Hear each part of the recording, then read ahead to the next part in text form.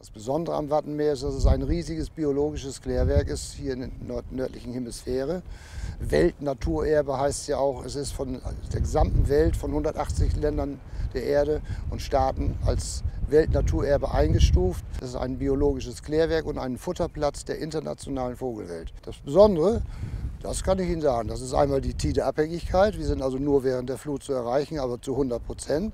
Dass wir einen sehr schönen, langen Sandstrand haben, 17 Kilometer lang, budenfrei. Sie können hier also laufen bis Ultimo, ohne manchmal auch einen Menschen so großartig zu sehen, im Herbst oder im Frühjahr. Dann haben wir hier einen Süßwassersee, der durch eine Naturkatastrophe entstanden ist, durch einen Durchbruch.